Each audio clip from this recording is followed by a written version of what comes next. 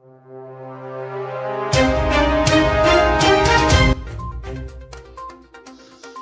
इस वक्त हमारे साथ मौजूद हैं न्यादर लोया जी, जो कि जनरल सेक्रेटरी हैं गालो वेलफेयर सोसाइटी के। सर, हमारे news channel north east plus Itanagar में आपका स्वागत है। तो सर, हम सबसे पहले तो आपसे ये जानना चाहेंगे कि आपको ऐसा सुनने में आया कि आपको अल्टीमेटम दिया गया है कि आप गालो वेलफेयर सोसाइटी के जो जनरल सेक्रेटरी पद है उससे आप इस्तीफ़ा दें।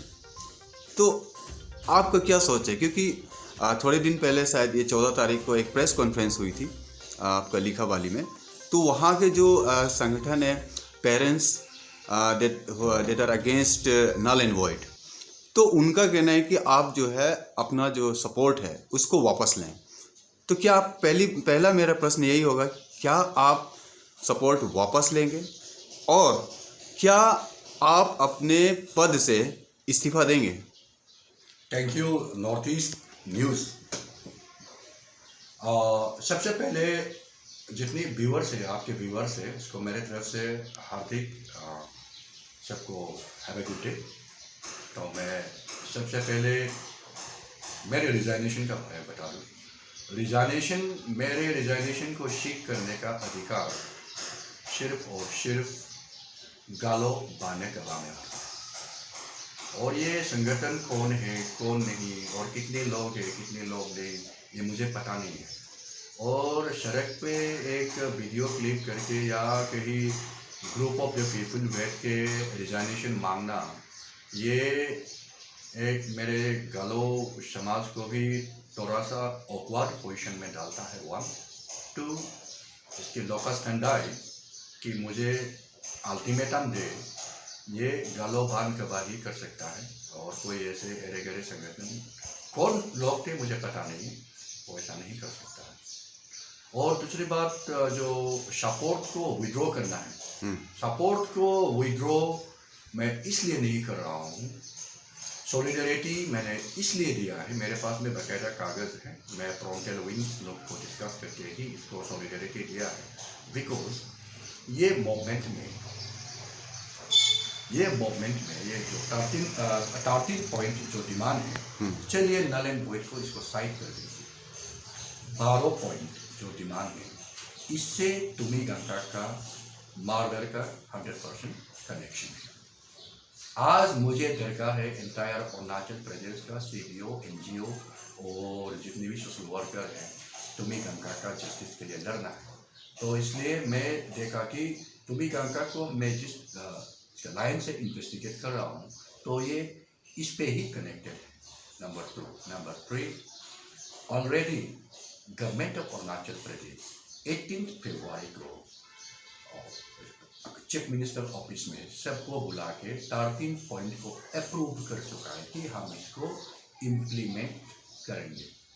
तो ये कल का परसों का जो बंद था, वो इम्प्लीमेंट को लेके था, डिमांड को लेके नहीं है। डिमांड और इम्प्लीमेंटेशन प्रोसेस में फर्क है। ये बात को भी लोग अगर आपके माध्यम से समझ जाए तो ठीक है। गवर्नमेंट इसको किस बेसिस पे इसको इम्प्लीमेंट कर रहा है और क्यों नहीं कर रहा है, that was the next question, cross of the movement.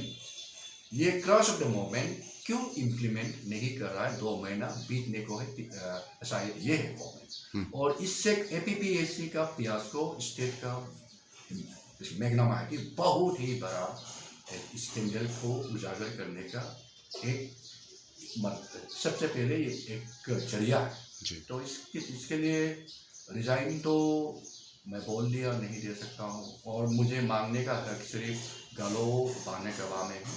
Number 2, तुमी गंगा का इशू को मैं जितना सीरियस से ले रहा हूँ, तो ये इशू इस पे बेस करता है। नंबर 3, इम्प्लीमेंटेशन पार्ट है। तो इम्प्लीमेंटेशन गवर्नमेंट क्यों नहीं कर रहा, वो गवर्नमेंट से ही ये पेरेंट लोग जाके पूछे तो ठीक। नंबर 4, जस्ट वेट, नंबर 4, ये नल एंड वॉइड के बारे में ऑलरेडी मेरे गालो ऑफिशियल्स जो सर्विंग है, वो ऑलरेडी हमारे चीफ मिनिस्टर को मिल चुका है कि हमको किसी भी टेस्ट से गुजरने को तैयार है ना। तो जब वो नार्को टेस्ट, पॉलीग्राफी टेस्ट करने को तैयार है, तो फिर ये पेरेंट वाले फिर कौन? जी, वही क्योंकि अब जब आपने जिक्र कर ही दिया है कि लेट तुमी गंगकप का जो केस है जो कि मर्डर मिस्ट्री है उसको जो है वो एपीसीएस फिएस्को से कहीं ना कहीं लिंक है जैसा कि आप बता रहे हैं। तो मैं आपसे ये जानना चाहूँगा कि let as a general secretary जो है इतने दिन हो गए लेट तुमी गंगकप का जो केस है उसका अपडेट क्या है आपके पास? नहीं, मैं अपडेट को गवर्नमेंट से मांगना चाहता हूँ, समझ गया। मैं 29 अप्रैल में प्रेस कॉन्फ्रेंस करके बता दिया कि गवर्नमेंट अभी आप बताए हम क्या करें। अगर आप नहीं बता सकते तो मैं डेमोक्रेटिक मूवमेंट का ओर ही जाएंगे, है ना। तो अभी honours lies on the part of the government कि आप और कोई भी समस्या का हल है डायलॉग। आप मुझे डायलॉग कीजिए, आप मुझे ये दिखाने के लिए कोशिश कीजिए कि ये सुसाइड है। मैं आपको ये बताने के लिए कोशिश करूँगा, कोशिश नहीं, पूरे कन्विक्शन के साथ मैं बता दूंगा ये मर्डर है। क्योंकि 29 को भी मैंने बताया, बहुत सारा चीज़ रिवील्स किया। तो इसको लेके गवर्नमेंट सीरियस होना है। और हम तो तुमी गंगकप का केस को लेके बहुत ही सीरियस है, लेकिन गवर्नमेंट को समय दे रहा हूँ, गवर्नमेंट क्या करना चाहता है अभी। नहीं तो the consequences have to face by the government, not by entire Galo or other community organization. तो आप जैसे कह रहे हैं कि हम डेमोक्रेटिक मूवमेंट भी करेंगे, कर सकते हैं, तो हम क्या समझे कि डेमोक्रेटिक मूवमेंट आपका कैसा होगा? क्या पूरे गालो वेलफेयर जो गालो समाज है आपका, जो इनहेबिटेंस एरिया है, वहीं पे जो क्या बंद कॉल वगैरह होंगे या फिर हमारे कैपिटल को भी फिर से बंद कॉल या हेवी डेमोक्रेटिक मूवमेंट देखने को मिलेगा? कैपिटल सबका है, गालो का भी 26 ट्राइब का है, 100 सब ट्राइब का है, और प्लेस ऑफ ऑकरेंस कैपिटल है। और प्लेस ऑफ ऑकरेंस कैपिटल है, ईटानगर है। तो जाहिर से हम ईटानगर पे ही करेगा जो भी डेमोक्रेटिक मूवमेंट है ना।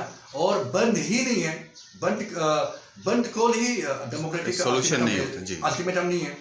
हमारे साथ और बहुत सारा ऑप्शन है। हमको ये ऑप्शन को अभी फ्लैश करना मैं मीटिंग बुलाया हूँ। तो उससे पहले अगर गवर्नमेंट एक्शन ना ले, अगर हम एक बार फिर सड़क पे आ गया तो फिर सरकार के साथ से भी बोलेगा कि ये गलत कर रहा है। तो गलत करने से पहले सही क्या है आप मुझे बता दीजिए जी।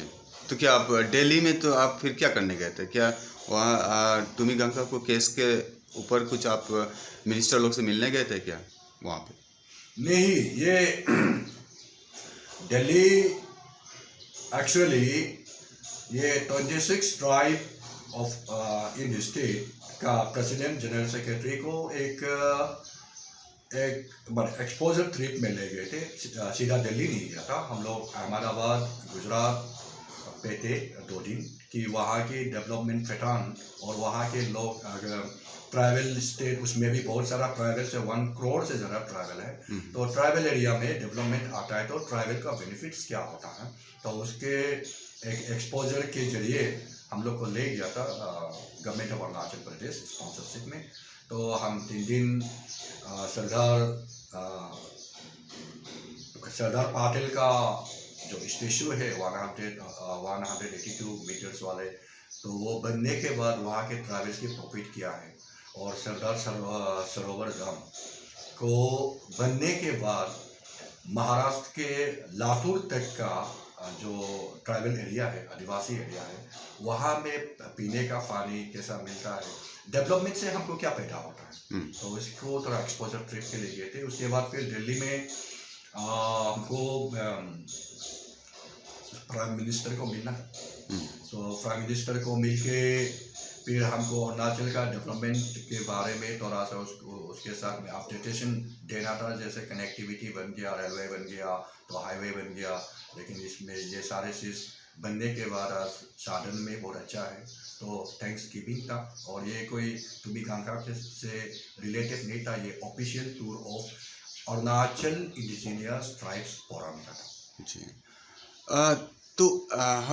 मैं आपसे ये भी राय आपकी लेना चाहूँगा कि आप एक सोशल वर्कर भी हैं सोसाइटी के। तो अभी हाल ही में जैसे कि देखा गया कि अभी तक जो है 36 सोशल एक्टिविस्ट लोगों को डिटेन किया गया है और 12 दिन की जो अवधि थी उसको बढ़ा के अब 30 दिनों का कर दिया गया है। तो आपके नज़रिए में आप क्या सोचते हैं इसके बारे में?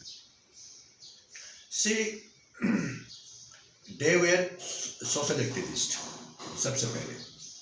तो मैं पहला इंटरव्यू में बताया on our slides of the government fund implementation process है। इम्प्लीमेंट ना करके आप कितने लोग को 36 बताया, Yes. 36 सोशल वर्कर को जेल के अंदर रख के आप उल्टा अपने आप को ट्रैवल इनवाइट कर रहा है, क्योंकि आप ऑलरेडी 18 फरवरी में गवर्नमेंट ऑलरेडी 18 फरवरी में बताया ये 13 डिमांड को इम्प्लीमेंट कर रहा है। तो वो अगर इम्प्लीमेंट नहीं होके लेट होने के वजह से ये 72 आवर्स का बंद हुआ। और बंद कैसा था कैसा नहीं था वहाँ पे मैं नहीं जाऊँगा, और गवर्नमेंट और उसका मजिस्ट्रेट ही बता सकता है कि उसको एक्सटेंड कर करके कितना दिन रखोगे आप। ये गलत है, सरासर गलत है। मिस यूज ऑफ जुडिशरी है, मिस यूज ऑफ पावर है। और अब कोई भी सरकार, कोई भी वेलफेयर गवर्नमेंट, कोई भी अच्छा संस्था बिलीव करता है कि पीस एंड पीसफुल डायलॉग इस तरह से करे, इस तरह से डरा धमका के आप गवर्नमेंट को सरकार नहीं चला सकता। तो ये जो अभी का जो बताया 34-36 जो सोशल वर्कर को डिटेन करके फिर एक्सटेंड कर रहा है, मैं तो इसको कंडेम करूँगा। ऐसा नहीं करना चाहिए, क्योंकि बहुत बड़ा वार में भी इतने गोलियां चल जाता है, लेकिन एट द मोस्ट उसको एंड ऑलवेज डायलॉग से होता है। डायलॉग कीजिए, मैंने पहले ही बोला, टूबी कांका का इशू में भी आप डायलॉग कीजिए, गवर्नमेंट डायलॉग से ही ये हल होगा। और इस प्रकार का डरा धमका के dictatorial attitude of Indian democracy, ये उतना कोई सक्सेस स्टोरी नहीं रहेगा। जी, बहुत बहुत धन्यवाद लोया जी हमसे बातचीत करने के लिए सर।